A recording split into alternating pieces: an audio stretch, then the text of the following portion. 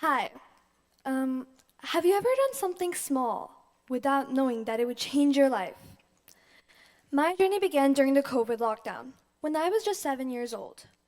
The world felt uncertain. Schools were closed, parks were empty. Anytime you wanted to go out, you had to wear masks. Each day felt repetitive. But inside my home, something different was happening. I found comfort in books, especially Harry Potter. I would picture walking in the corridors of Hogwarts and sitting underneath floating candles in the Great Hall. I would picture friendships forming, secrets unfolding, and bravery rising within ordinary people. I soon realized that stories are more than just words on a piece of paper. They were worlds. Sometimes after reading, I would continue the scenes in my head. I would even doodle the characters, magical objects, and sometimes even the castle. One time, I recorded myself narrating the first book, all based off of pure memory, and it was a 45-minute long video. At the time, it felt like simple fun, but I didn't realize that I was building something. I was building imagination.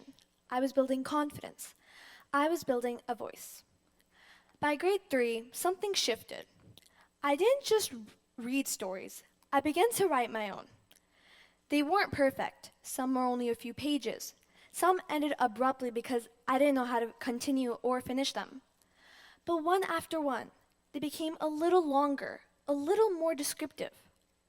Without knowing the word for it, I was learning structure. And without calling it that, I was learning discipline. I soon realized that stories need beginnings, problems, turning points, and endings. I realized that characters need motivation, because that's what really keeps the reader turning pages. Most importantly, I discovered something unexpected. Reading and writing feel totally different. Reading feels magical, but writing feels powerful. Because when I wrote, I wasn't stepping into someone else's world. I was creating my own. A few years later, during Diwali, which is an Indian festival of light, me and my family were decorating our house with shiny gems and shimmering lights. Every corner of the house shimmered, from top to bottom. Later at night, when everything grew quiet and dark, I realized something. A gem was missing. It sounds extremely small, it really is, but I just couldn't get the question out of my head. Where could it have gone? Was it under the couch, or maybe behind a shelf? Or what if it didn't just disappear? What if a lost gem led to an adventure? That question stayed with me. I remember laying in bed and imagining all of the possibilities. What if the gem was magical? And what if someone else was looking for it too? That tiny moment, that missing decoration, became the foundation of my first chapter book. It didn't arrive as a grand plan. It arrived quietly as curiosity. At 10 years old, I made a decision. I wouldn't just write the book, I would publish it. That decision felt bold, almost scary. Almost scary. Writing short stories was much different than writing full chapter books. Short stories could be finished in within a week or so. But chapter books, those required a lot of time and a lot of patience. There were days where ideas flowed easily, just spilling onto the page. But then there were days where my mind felt blank. Nothing coming to my head. I remember staring at a blank screen, wondering if my ideas were even good enough. Editing tested me, but revising tested me even more. Because writing the first draft, now that's exciting. But rewriting, fixing mistakes, removing sentences you love because they don't fit, now that takes maturity. But instead of focusing on the entire book, I focused on progress. One page, one correction, one illustration at a time. And eventually, the manuscript became a finished book. Holding it in my hands felt unreal. Not because it was perfect, but because it existed. It no longer was just an idea in my head. It was something real. One of my most proudest moments of my journey was giving a copy of my book to my esteemed teachers, the people who helped me build my foundation. Handing them a copy felt like what you could say closing a circle. They had once given me encouragement and assignments, which they still do, but now I was giving them something that I had created. I also had the opportunity to present my work to many community leaders, such as Zihamed, Christina Tesser, Sonia Sidhu, and Adam Rancoverden. A local news article had featured my journey twice. In Milton alone, over 250 copies were sold. But what mattered most wasn't recognition. It wasn't numbers, and it wasn't applause. It was realizing that idea that began under my bed had reached someone else's hands, someone else's imagination.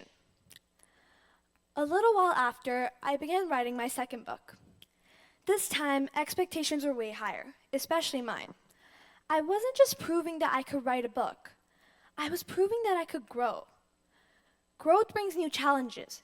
You compare yourself more, you question yourself more, you overall want to be better than before. And sometimes, that pressure can feel heavy. But I learned something important. Pressure can either stop you or shape you. Then, something unexpected happened. I received a signed letter from PM Carney's office. I remember the day like it was yesterday. I was still in my pajamas, and I saw my dad walk in with a big grin on his face. He handed me a package, and I ripped open the paper carefully. And I realized it was a letter from PM Carney. It represented more than just recognition. It represented persistence, consistency, and effort. It proved that small beginnings could lead to places that you would have never imagined. Looking back, none of these moments felt extraordinary while they're happening. Writing alone in my room didn't feel extraordinary. Editing late at night didn't feel extraordinary. Fixing grammatical mistakes also didn't feel extraordinary. But small, ordinary decisions, repeated consistently, can create extraordinary results. We often tell ourselves, I'll do it when I'm older. I'll do it when I'm more confident.